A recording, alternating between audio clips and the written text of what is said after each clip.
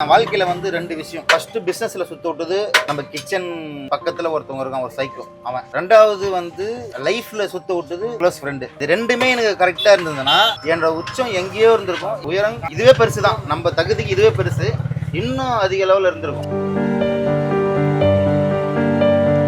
மக்கள் வந்து அன்னைக்கு எப்படி சொல்றது, இப்பவும் சரி நீங்க ஓப்பன் அன்னைக்கு சரி, உங்க பிரியாணி மிஸ் பண்றேன், இத்தனை நாள் மிஸ் பண்ண, ஏன் இத்தனை நாள் போடல, அப்படி வந்து உரிமையா கேட்கும் போது நம்மளுக்கு ரொம்ப ஹாப்பி ஆகுது. அதுக்கு ஃபர்ஸ்ட் ஆஃப் ஆல் நன்றி. ஏன்னா நம்ம தப்பு தெரியாது, தவறான்றது தெரியாது, ஆனா என் பிரியாணி சரி தரமா இருக்கும். உங்களுக்கு வந்து புரிதல் இல்லை. சின்ன வயசு, ஆல்ரெடி 2 மேரேஜ் ஆயிருக்கு, பேர்ல இருந்திருக்காங்க.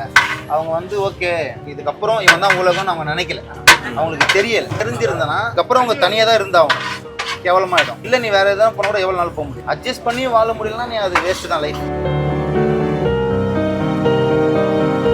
லைஃப்ன்றது என்ன தெரியுமா, அழகான ஒரு மனைவி, குழந்தைங்க, வீட்டில் நல்லா சாப்பிட்டு தூங்கணும், ஒர்க் போயிட்டு வருவார், அவரோட சம்பளம் பத்தலையா நீயும் ஒர்க் போயிட்டு, அப்படி அதுதாங்க லைஃப்.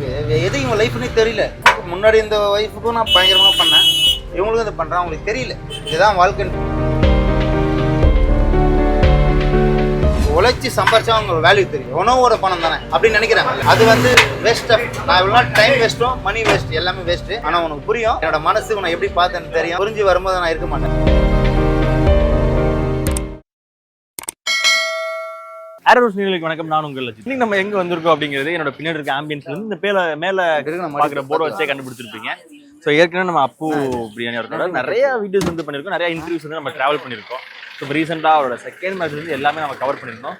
ஆனால் இப்போ கொஞ்சம் நாளைக்கு வைக்க பார்த்தா நிறைய விமர்சனங்கள், நிறைய விஷயங்கள் வந்து நம்ம சேனல்லையும் சரி, அவரோட தனியார் பக்கத்துலேயுமே நிறைய விஷயங்கள் வந்து போட்டிருந்தாரு. அதுக்கப்புறம் ஆள் எங்கே என்ன ஏதுன்னு தேடிட்டு இருக்கும்போது திருப்பி சென்னைக்கு வந்திருக்கேன். ஏன்னா கொஞ்சம் நாட்களுக்கு முன்னாடி நான் இனிமேல் சென்னைக்கு வர மாட்டேன், நான் மற்ற ஊரில் மட்டும்தான் நான் வந்து அதிகமாக இருப்பேன்னு சொல்லிட்டு இருந்தேன். பட் திருப்பி சென்னைக்கு வந்து அவர் எங்கே ஆரம்பிச்சாரோ அங்கேயே திருப்பி அந்த கடை வந்து ஸ்டார்ட் பண்ணி நல்லா போயிட்டு இருக்கு. தொடர்ந்து நான் 2 நாட்களாக பார்த்துட்டு இருக்கேன். என்ன ஆச்சு, எதனால இந்த ஒரு விஷயங்கள்லாம் நடந்துச்சு, ஏன் மீண்டும் சென்னைக்கு வந்திருக்காரு அப்படின்னு நிறைய விஷயங்கள் வந்து நேரடியாக அவர்கிட்ட கேட்டு தெரிஞ்சுக்க போறோம். ஆள் வந்து உள்ள பிரியாணி அடிச்சிட்டு இருக்காரு, அப்படியே லைவா போலாம், அங்க நின்னே பேசலாம், என்ன நடந்துச்சுன்றதை அப்படியே ஸ்ட்ரைட்டா அவர்கிட்ட கேட்டு தெரிஞ்சுக்கலாம். இடம் இருந்தாலும் போட முடியல, இப்ப ரெகுலரா போடலாம். வாங்க. வணக்கம், எப்படி இருக்கீங்க? எப்படி இருக்கீங்கன்னு கேட்க கூடாது, சரி இருந்தாலும் வீடியோக்காக கேட்கறேன், அவ்வளவுதான். பர்சனல் லைஃப்ல வந்து அப்படின்னா நல்லா இல்ல, ஆனா பிசினஸ் பொறுத்த வரைக்கும் செழிப்பா இருக்கு. நம்ம எப்பவுமே வந்து நம்ம மக்கள் வந்து நம்மள கைவிட மாட்டாங்க. சூப்பர். நான் உங்ககிட்ட நிறைய விஷயங்கள் பேச போறேன், அப்படியே நீங்க கீழே இறங்கி வாங்க. இப்போ அவர் வேலை பார்த்துக்கிட்டோம், நம்ம இப்படி நின்று பேசலாம், இங்க நின்று பேசிக்கலாம், ஓகேவா? ஐயா, எனக்கு என்னன்னா நம்ம நிறைய விஷயங்கள் கூட டிராவல் பண்ணிருக்கேன். ஆரம்ப கட்டத்துல இருந்து அப்புவோட எல்லா விஷயத்துலையுமே டிராவல் பண்ணி வந்துட்டு இருக்கோம். அப்போ வந்து அப்பு சொன்ன விஷயம், மீண்டும் நான் சென்னைக்கு வரதுன்றது ரொம்ப கஷ்டம், நான் இதுக்கப்புறம் சென்னைக்கு வருவேன்னா என்னன்றது தெரியல, வெளியூர்ல தான் அதிகமாக வந்து நான் பயணம் பண்ண போறேன்னு சொல்லிட்டு இருக்கீங்க. ஆனா அதுக்கப்புறம் ஒரு வாழ்க்கை, அதுல நிறைய விமர்சனங்கள், நிறைய விஷயங்கள் வந்து நம்ம பேஜ்லயும் போட்டிருந்தோம், நீங்களும் தனிப்பட்ட முறையில அதெல்லாம் போட்டிருந்தீங்க. ஸோ திருப்பி சென்னையில நான் கடை ஆரம்பிக்க போறேன்னு சொல்லி ஒரு வீடியோ. என்ன காரணம், மீண்டும் சென்னைக்கு வரக்கான காரணம் என்ன வருது? காரணம்ன்றதுலாம் இல்லை, அது ஆக்சுவலாக பண்ணணும்னு தான் பிளானு. நம்ம என் வாழ்க்கையில வந்து 2 விஷயம். ஃபர்ஸ்ட் பிஸ்னஸ்ல சுத்த விட்டது நம்ம கிச்சன் பக்கத்துல ஒருத்தவங்க இருக்கான், ஒரு சைக்கோ அவன். ரெண்டாவது வந்து லைஃப்ல சுத்த விட்டது க்ளோஸ் ஃப்ரெண்டு. இது ரெண்டுமே எனக்கு கரெக்டா இருந்ததுன்னா என்னோட உச்சம் எங்கேயோ இருந்திருக்கும். என்னோட உயரம், அதான் சொல்றேன், என்னோட உயரம் இதுவே பெருசு தான், நம்ம தகுதிக்கு இதுவே பெருசு, இன்னும் அதிக லெவலில் இருந்திருக்கும். ஆனா இன்னும் வளர்ந்துருக்க வேண்டியது இதனால தடையாயிடுச்சு. ஆனா நம்ம இந்த தடையால தான் நான் வளர்ந்தன்ற மாதிரி எனக்கு ஒரு மோட்டிவேஷன் இருக்கு. இருந்தாலும் 2 பேரும் பிசினஸ்ல சுத்த விட்டது, பர்சனல் லைஃப்ல சுத்த விட்டது, இவங்க 2 பேர். அது 2 பேரும் எனக்கு வாழ்க்கையில மறக்க மாட்டேன். இந்த கடை எவ்வளவு நாளா இயங்காம இருந்துச்சு? ஆக்சுவலி நடுவில் 2-3 மாசம் இருக்கும். 2-3 மாசம். அந்த மக்கள் வந்து அன்னைக்கு எப்படி சொல்றது, இப்பவும் சரி அன்னைக்கு ஓப்பன் அன்னைக்கு சரி, இப்போ கூட நண்பர் ஒருத்தர் சொன்னாரு, உங்க பிரியாணி மிஸ் பண்றேன், இத்தனை நாள் மிஸ் பண்ண, ஏன் இத்தனை நாள் போடல, அப்படி வந்து உரிமையா கேட்கும் போது நம்மளுக்கு ரொம்ப ஹாப்பி ஆகுது. அதுக்கு ஃபர்ஸ்ட் ஆஃப் ஆல் நன்றி. ஏன்னா நம்ம அப்பு சரியா தவறான்றது தெரியாது, ஆனா என் பிரியாணி சரி கரெக்டா. அப்பு தவறானவனா கூட வச்சுக்கோங்க, தவறுதான், மக்கள் பார்வையில அப்பு எப்படி இருக்கட்டும், ஆனா என் பிரியாணி சரி தரமா இருக்கும். எப்பவுமே ட்ரை பண்றவங்க கண்டிப்பா நிறைய கடைகளில் வந்து பிரியாணி சரியில்லாத காரணம் எல்லாருமே மனசு ஜென்மனால கேவலமான ஜென்மம் தாங்க. இப்படி கொடுத்தா நல்லவன், கொடுக்கலாம் கெட்டவன். அது பெத்த தாயா இருந்தாலும் சரி, அது அண்ணனா இருந்தாலும் சரி, தம்பியா இருந்தாலும் சரி, அதுதான் கொடுத்தா நல்லவன், கொடுக்கலாம் கெட்டவன். அதனால இன்னைக்கு வந்து நிறைய பேர் பிரியாணி கடை வச்சிருக்கோங்க, இன்ஸ்பிரேஷனாக வச்சு நம்மளுக்கு பார்த்து நிறைய பேர் வந்துட்டு இருக்காங்க. நம்ம ஒரு கடையை வச்சு நேற்று கூட ஒரு கடையை வச்சு என்னால் வரவே முடியல. நீ எப்படிதான் அப்படின்னா வாழ்க்கையில நிறைய இழக்கணும். அதுக்கு பெருசா வரணும், கார்ல போனோம்னா நீ இழக்கணும். இழந்தாதான் நீ கார்ல போக முடியும். அதனால என் ஃபேமிலியை இழக்கிறேன் எல்லாமே. ஏன்னா துரோகங்கள் தானே. ஒரு பணம்னு சம்பாதிக்கும் போது துரோகங்களோ நம்மளுக்கு ஆப்பு நிறைய வந்துட்டே இருக்கும். அதை ஃபேஸ் பண்ணணும். அதை நான் ஃபேஸ் பண்ணி தான் இருக்கேன். எப்படி எப்போ ஹாப்பியா நீ எவ்வளவுதான் பிரச்சனை நீயே பார்ப்ப. நம்ம பாக்குறோம், ஸ்டேட்டஸ் பாக்குறோம், போறோம், ஹாப்பியா எப்படி இருக்கீங்கன்றது உனக்கே ஒரு கேள்வி இருக்கும். மறுத்துருச்சு இந்த காப்பு காக்கின்னு சொல்லுவாங்கல்ல, அந்த மாதிரி மனசுலாம் மறுத்துருச்சு. அதனால நான் அப்படியே ஓடிட்டு இருக்கேன் பிசினஸ். எவ்வளவு அடிச்சாலும் பரவாயில்ல, அடிச்சுட்டு போங்கடா. அவ்வளவுதான். மக்கள் ஹாப்பியா வந்து நம்மள பார்த்து சூப்பரா தான் அப்படின்னு தம்பி சூப்பரா அப்படின்னு நல்லா பண்றேன், நல்ல மனசு நல்லா இருப்பேன்னு அந்த வார்த்தை இருக்குல்ல. ஆனா ஃபீல் பண்ணல என்னைக்காவது நம்ம தேவையில்லாம 3 மாசம் அந்த கடையை பூட்டி வச்சுட்டோமே அப்படின்னு? அது ஒரு நாள் ஃபீல் பண்ணுவேன். ஏன்னா எனக்கு அங்க இடம் இல்ல. ஏன்னா எனக்கு திருப்பி கிட்டத்தட்ட ஒரு 100 பெட்டிஷனுங்க. இன்னைக்கு சென்னையில ஓப்பனா சொல்றேன், சென்னையில கடை எடுத்தனால சரி ப்ராப்பர் கிச்சன் யாருக்கும் கிடையாது. நான் அடிச்சு சொல்லுவேன். நான் வீடியோஸ் பாக்குறேன்ல, என்ன மாதிரி எவ்வளவு பேர் வீடியோஸ் போட்டிருக்காங்க. இப்போ ரீசெண்டா 1 இயரா எவ்வளவு கடை வந்திருக்கு நான் பாக்குறேன். அதெல்லாம் ப்ராப்பரா இல்லையா? அவங்களாம் எப்படி வேணா பண்ணலாமே. அப்புறம் எனக்கு மட்டும் ஏன் அப்படின்னா அது சில கதைகள் இருக்கு. அதை நம்ம பெருசா பேசுறதில்ல. அதை அரசியல் ஆக்கிட்டு திருப்பி நான் அடி வாங்க விரும்பல. போதண்டா. ஆனா நீ வீடியோ எடுக்கும் போதெல்லாம் அடியால் தான் வந்து நிக்கிறேன். மாசத்துக்கு ஒரு வாட்டி வந்து வீடியோ திரும்ப நான் எடுத்துட்டு கிளம்புன ஒரு வாரத்துல திருப்பி ஒரு போன் வருது, ஐயா இப்படி ஆயிடுச்சு ஐயா ஏதாவது பாருங்க அப்படின்னு சொல்லிட்டு. எனக்கு அதை பார்க்கும்போது என்ன தோணுச்சுன்னா, நான் அப்புட்ட இன்டர்வியூ எடுக்கும் போது அப்பு சொன்ன ஒரு விஷயமும், அதாவது ஒவ்வொரு இன்டர்வியூலயுமே அப்பா அதிகமா சொல்ற விஷயம் என்னன்னா, அப்பு வந்து பணத்துக்கோ இல்ல வந்துட்டு இந்த பதவிக்கோ காருக்கோ இல்ல இங்க வர இவ்வளவு பிரியாணி விற்கிது அது எதுக்குமே வந்து அப்பு வந்து ஏங்கினதே கிடையாது. அது எல்லாமே ஆட்டோமேட்டிக்கா கிடைக்கும். ஆமா. ஆனா அப்புக்கு கிடைக்க வேண்டிய ஒரே ஒரு விஷயம் என்னன்னா, ஒரு அன்பு, நம்மளை சுத்தி வந்து ஒரு அரவணைப்பு இருந்துட்டே இருக்கணும்.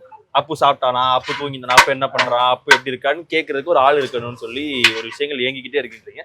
அந்த ஏக்கம் இன்னும் தொடர்ந்துகிட்டே போகுதுன்றப்போ அது எப்படி இருக்கு மீண்டும்? ஏன்னா அந்த ஏக்கத்தை நோக்கி போய் திருப்பி பின்னாடி ஒரு சூழ்நிலை ஆயிடுச்சு. இப்போ ஒண்ணு மட்டும் தான் புரிஞ்சுக்கிட்டேன்,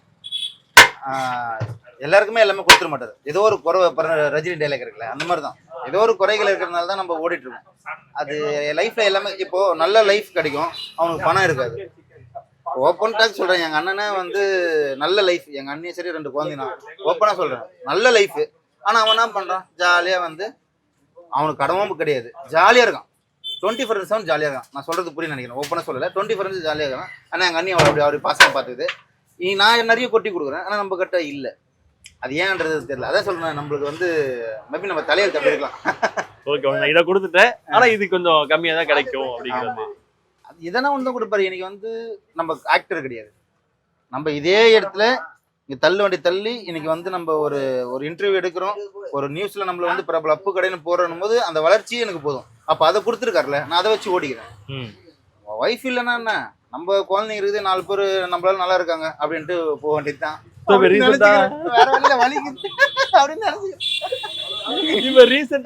உங்களுக்கு குழந்தைகள்ன்றது எவ்வளவு பிடிக்குன்றது தெரியும். பொண்ணோட பிறந்த நாள் வேற கடைக்கு வச்சு செலிப்ரேட் பண்ணீங்க. குழந்தைகள் எனக்கு எப்பவுமே தான் பிடிக்கும். குழந்தைங்கனால எனக்கு எப்பவுமே பிடிக்கும் தான், குழந்தைங்க எப்பவுமே பிடிக்கும். இன்னொரு கல்யாணம்ன்றது ஏன்னா, இப்போ அன்னைக்கு சொல்றதை நீங்க சொல்றேன், நான் இங்க நின்று இப்போ ஒரு லேடி இருக்காங்க, நான் இப்போ நின்று பேசுறேன் அப்படின்னா ஒய்ஃப் இல்லாம நான் பேசுறது தப்பாயிடும். ஒரு ஒய்ஃப் இருந்து அவங்ககிட்ட பேசுறது எனக்கு தப்பாகாது, என் மனசுக்கு அதுக்கு கில்ட்டியா இருக்கும். நிறைய ஃபங்க்ஷன்ஸ் கூப்பிட்றாங்க, என்னால் போக முடியல. ஒரு பெண் வந்து குழந்தை பிறக்காம இருக்கிற பெண்ணுக்கு எவ்வளவு வலி இருக்குமோ அது மாதிரி தான் ஒரு மனைவி இல்லாம ஒரு ஆண்களுக்கு அந்த வலி இருக்கும். அந்த வலிக்கு நிறுத்தினால நான் எங்கேயும் போறது இல்லை பெருசா ஃபங்க்ஷன். இப்போ பெருசா அதிகமா போறது. ஆனா இப்போ எனக்கு அதுதான் இன்னும் ரொம்ப அப்போ நினைக்கும் போது ரொம்ப கஷ்டமா இருக்கு. ஓகே, ஒரு திருமணம் அது வந்து ரொம்ப காதல் திருமணம்ன்றது அது ஏதோ இடத்துல தோல்வி அடைஞ்சிருச்சுன்றப்போ மீண்டும் ஒரு வாழ்க்கையில அப்போ இறங்கும் போது அதுலயும் சில விமர்சனங்கள் நிறைய விஷயங்கள் வந்து வெளியே வருது. அது எதுவுமே தெரியாம அப்போ வந்து காதல்ன்ற ஒரு பேர்ல போய் விழுந்து திருப்பி ஒரு ஏமாற்றத்தோட அந்த காதல்ல இருந்து வெளியே வராரு. அது எப்படி இருந்துச்சு அந்த தருணம், அந்த டைம்ல? வலி தானே. ஃபர்ஸ்ட் எனக்கு என்ன சொல்ல போனா, ஃபர்ஸ்ட் இருக்கிற வழியில ரொம்ப நொந்துட்டேன். ஏன்னா அதுக்கான அந்த காதலுக்கு அப்பு மெனக்கெட்ட விஷயத்துல ஒரு 60% எனக்கு தெரியும், மீதி இருக்கு 40 எனக்கு தெரியாது. ஆனா அதுக்கு அப்போ என்னென்ன பண்ணான்ற ஒரு 60% எனக்கு தெரியும். அதுவும் ஒரு தோல்வியில போய் முடியுதுன்னா அந்த ஒரு டைம் பீரியட் உங்களுக்கு எப்படி? அவங்க எப்படி சொல்றது, வாழ்க்கைனா என்னன்னு தெரியல. நிறைய பேருக்கு வாழ்க்கைனா என்னன்னு தெரியல. முன்னாடி இந்த வாழ்க்கையிலயும் தெரியல, இதுவும் தெரியல. இன்னைக்கு இன்ஸ்டாகிராமால நிறைய குடும்பங்கள் பிரியுதுன்றது நான் ஓப்பன் ஸ்டேட்மெண்டா சொல்றேன். இன்ஸ்டாகிராமில் தான் வளர்ந்தேன், ஆனால் நிறைய குடும்பம் பிரியறதுக்கு காரணம் அந்த இன்ஸ்டாகிராம் தான். ஒத்துக்கிறியா இல்லையான்னு தெரியல. ஒத்துக்கிறியா? ஏன்னா அந்த ஒரு ரீல்ஸை பார்த்தீங்கன்னா அந்த ரீல்ஸை பார்த்து மைண்ட் டிப்ரெஷன் ஆகிட்டு நம்ம லைஃப் செட் ஆக மாட்டோம்னு நினச்சிருக்கோம். லைஃப்ன்றது என்ன தெரியுமா? அழகான ஒரு மனைவி, குழந்தைங்க, வீட்டில் நல்லா சாப்பிட்டு தூங்கணும், ஒர்க் போயிட்டு வருவார். ஒரு அவரோட சம்பளம் பத்தலையா நீயும் ஒர்க் போயிட்டு அப்படி அதுதாங்க லைஃபு. எது இவங்க லைஃப்னே தெரியல. எங்கள் ஒய்ஃபுக்கு முன்னாடி இந்த ஒய்ஃபுக்கும் நான் பயங்கரமாக பண்ணேன், இவங்களுக்கும் அதை பண்ணுறேன், அவங்களுக்கு தெரியல இதுதான் வாழ்க்கைன்னு தெரியல. எங்க அப்போ தவற விடுறாருன்னு நினைக்கிறீங்க? அப்பு தவற விடுறாரா, அப்புவை தவற விடுறாங்களா? அப்பு தவற விடுறாங்க. அதான் 2 விஷயங்கள் இருக்கு. தவற விடுறாங்க, தவற விட்டவங்க திருப்பி பேசுறாங்க. ஆனா நம்மளுக்கு புது புது ஆப்பர்ச்சுனிட்டி வருது, கொஞ்சம் வெயிட் பண்ணிட்டு இருக்கேன். ஏன்னா இப்போ அடுத்த கட்ட அப்போட நடவடிக்கை என்ன இருக்கு? இப்போ திருப்பி என்ன அந்த பிரான்சைஸ்ன்ற ஒண்ணு அப்போ கிட்ட வந்து தொடர்ந்து நாங்க பார்த்துட்டே இருக்கோம். எல்லா ஊர்லயுமே பிரான்சைஸ் போயிட்டே இருக்கும்போது அந்த தொழிலாம் எப்படி போயிட்டு இருக்கு? அது நல்லா போயிட்டு இருக்கு. இந்த கேஸ் பிரச்சனால கொஞ்சம் ஸ்டாப் பண்ணி வச்சிருக்கோம். அது இல்லாம கொஞ்சம் டக்குன்னு போத்தாவில்ல, ஏன்னா பசங்களும் வந்து கொஞ்சம் சரியில்லை, அதனால கொஞ்சம் கேப். இந்த சிலிண்டர் விஷயத்திலேயே கரெக்டாக நானும் இந்த அடியும் போது கொஞ்சம் கேப் போட்டு அடுத்தடுத்து பண்ணேன். இன்னும் ஒரு 4-5 கடை வந்து ரெடி ஆகிட்டு இருக்கு. இன்னொரு 15 கடை வந்து பேசிட்டு இருக்காங்க, அதெல்லாம் முடிஞ்சிடும். பிஸ்னஸ் பொறுத்த வரைக்கும் எந்த குறையும் இல்லை, தரமா போயிட்டு இருக்கு. பார்த்துலாம் விடுங்க. பிசினஸ் வந்து ஒரு பக்கம் நல்லா போயிட்டு இருக்கு. வாழ்க்கை அப்படின்றப்போ என்ன சொல்லுவீங்க? பிசினஸ் விட்டுலாம். பிசினஸ் வந்து நான் கண்ணெதிர பாக்குறேன் அப்போட வளர்ச்சி எப்படி இருக்கு. ஆனா அதுக்கு அப்படியே எதிர்மறையா வாழ்க்கைன்னு பார்க்கும்போது அப்போட வாழ்க்கைன்றது எதை நோக்கி போயிட்டு இருக்கு, எதை நோக்கி போகுது? இது கட்டத்துல வாழ்க்கை போர் அடிக்குது பாத்துரா. வாழ்க்கைன்றது வந்து என்னோட நான் எல்லாரையும் பார்த்து நான் வச்சுக்கிறேன், நீ என்ன பத்தி வச்சுக்கிறேன்? ஒரு நிமிஷம் வெயிட் பண்ணு. அவனுக்கு ஒரு முக்கியமான ஒரு கதை இருக்குது, அவனை காட்டுறேன். என்ன ராமலிங்க ஆலையை பார்க்க முடியல, சைக்கிள் எப்போதான் உண்டு, அந்த மாதிரி தான் இருக்குது. அதனால லைஃப் எதை நோக்கி போகுது எனக்கே தெரியல. ஃபர்ஸ்ட் நான் ஒரு பிஸ்னஸ், எனக்கு போர் அடிக்குதுங்க, சீரியஸாக சொல்கிறேன். எனக்கு லைஃப்னு இருந்தால் ஒருத்தவங்க பின்னாடி இருந்தால் தான் நம்ம அவங்களுக்குன்னு உழைச்சி சம்பாரிச்சு போடணும், நம்ம வேலை பார்க்கணும். இப்போ நீங்கள் வந்து இப்போ உங்களோட ஒர்க்கு ஆங்கர், இந்த ஒர்க் பண்ணால் தான் உனக்கு சேலரி வரும், நீ உங்கள் ஒய்ஃபை பார்த்துப்போ, குழந்தை பார்த்துப்ப, அது ஒரு இன்ட்ரெஸ்ட்டாக இருக்கும். நீ தனியாகவே இருந்தனா உனக்கு சம்பாதிக்க தோணுமா? ஏதாவது நம்ம வந்த வரைக்கும் போதும். அது மாதிரி தான் இப்போ நான் தனியாக இருந்தாலும் சம்பாதிக்க தோண மாட்டேன். ஓப்பன் எதுக்கு சம்பாதிக்கணும், யாருன்னா சம்பாதிக்கணும், என்ன பண்ணும் அப்படின்ற டாக் வருது. வருமானம் வரதுக்கு குழந்தைகள் இருக்கு, இதுக்கப்புறம் வருமானம் தேவைன்னா எனக்கு வேணாம், இதுவே போதும் அப்படின்ற மாதிரி இருக்கு. சரி, ஆனா நான் இது வந்து நான் கேட்கணும் என்னன்னா, அப்போட ஹோம் டூர் நான் பண்ணியிருக்கேன். அப்போ அந்த லைஃப் ஸ்டைல் நான் பார்த்தேன். திருப்பி அப்போட இன்னொரு திருமணம் சமூக வலைதளங்களை வந்துச்சு, எல்லாம் பேசப்பட்டுச்சு. அப்படி நான் அப்போ கூட இருந்தேன், பேசினேன். திருப்பி அப்போட ரிசப்ஷன் வரைக்கும் நான் டிராவல் பண்ணது உண்டு. ஆனா ஒரு பிரேக் அப்படின்றப்போ எனக்கு ரொம்ப அதிர்ச்சியா இருந்துச்சு. என்ன அது? ஏன்னா ஆரம்ப கட்டத்துல இருந்து அவங்களை எவ்வளவு லவ் பண்ணி எப்படி வந்துச்சு, அவங்களோட பாஸ்ட் எல்லாமே தெரிஞ்சு அக்செப்ட் பண்ணி மூவ் ஆன அப்புக்கு எதுக்கு இந்த ஒரு மாதிரியான ஒரு விஷயங்கள் வந்து நடந்துச்சு அப்படிங்கிறது அதாங்க. அவங்களுக்கு வந்து புரிதல் இல்லை. சின்ன வயசு, ஆல்ரெடி 2 மேரேஜ் ஆயிருக்கு, அஃபேர்ல இருந்திருக்காங்க. அவங்க வந்து ஓகே இதுக்கப்புறம் இவன் தான் உலகம்னு அவங்க நினைக்கல, அவங்களுக்கு தெரியல. அதான் நீங்க சொன்ன மாதிரி இன்ஸ்டாகிராம் மோகம் அது தெரியல. தெரிஞ்சிருந்தனா இப்போ ஒன்றும் இல்லை, இப்போ இதுக்கப்புறம் அவங்க தனியாக தான் இருந்தாங்க, கேவலமாயிடும். இல்லை நீ வேற எதாவது பண்ண கூட எவ்வளோ நாள் போக முடியும். அப்போ அவங்களுக்கு புரியல, தெரியல, அட்ஜஸ்ட் பண்ணி வாழ முடியலன்னா நீ அது வேஸ்ட் தான் லைஃப். நம்ம எனக்கு ஓப்பனாக சொல்றேங்க, நம்ம யாரும் வம்புத்துக்கு போல, நம்ம யாரும் அந்த மாதிரி நம்ம யாருக்கும் எதுவும் பண்ணல. நம்மளுக்கான ஆப்பர்ச்சுனிட்டி இருக்கு, கொஞ்சம் டைம் எடுப்போம். ஆனா இன்னமும் அப்புக்கு அந்த திருமண ஆசையோ இல்ல நம்ம கூட ஒரு துணையா ஒருத்தவங்க இருக்கு. திருமண ஆசைன்றதை தாண்டி நம்மளுக்கு ஒரு துணை இருக்காங்க. நம்மளுக்கு சாப்பிட்டியா கொண்டியான்னு கேட்கணுங்க. நம்மளுக்கு வர போன் கால் தான் பணத்துக்காக தான் வருது. பர்சனலாவே வந்து போன் பண்ண எனக்கு காசு தான் கொடுன்றாங்க, நீ சாப்பிட்டியா இல்லைன்னு கேட்கல. ஒரு மனைவியா இருந்தனா வந்து சண்டையே போடலாம், டேய் சோறு துண்டு படுறாங்க, கரெக்டு தானே? 4 அடி கூட அடி, ஆனா சாப்பிட்டியான்னு ஒரு வார்த்தை கேளு. அதுதான், அது நம்மளுக்கு இல்லை. நம்ம 1000 பேருக்கு சோறு போடுறோம் டெய்லியுமே, ஆனா நம்மளுக்கு ஒரு சாப்பாடு இல்லைன்றது அதுக்காக மன வருத்தம் தானே. அதேதான். இப்போ அப்போ சுத்தி இருக்க ஆட்கள் எல்லாம் எப்படி இருக்காங்க, முன்னாடி எப்படி இருந்தாங்க, இப்போ இருக்க ஆட்கள் நீங்க எப்படி சேகரிச்சுட்டு இருக்கீங்க சுத்தி இருக்க ஆட்கள் தான்?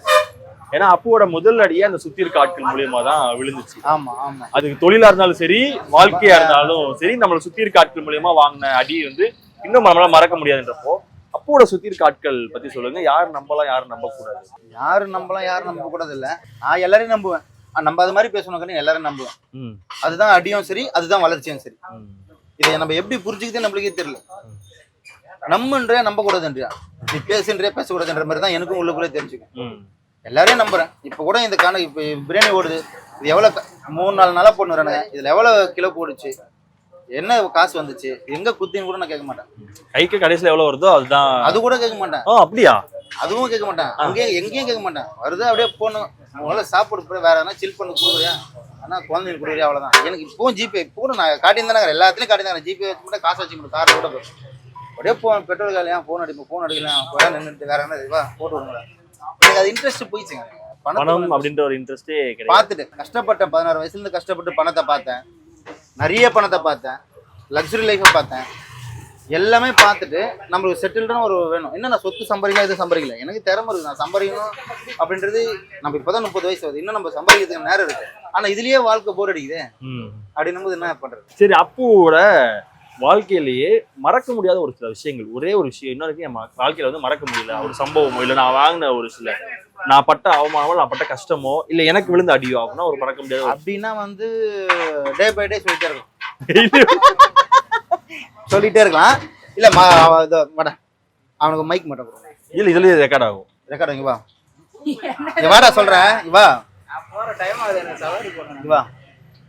ஐயோ இருக்கா அவனுக்கு அப்புறம் ஜூமிங் இருக்கு. அப்புறம் இவனுக்கு வைய எனக்கு வைக்காத. இருடா சொல்லிட்டு இருடா ஒரு விஷயம் சொல்றேன். நிறைய பேருக்கு நிறைய நான் வந்து சில விஷயம் சொல்லாம இருந்திருக்கோம். பிரியாணி கடை A to Z இது என்னோட உழைப்பு தான்.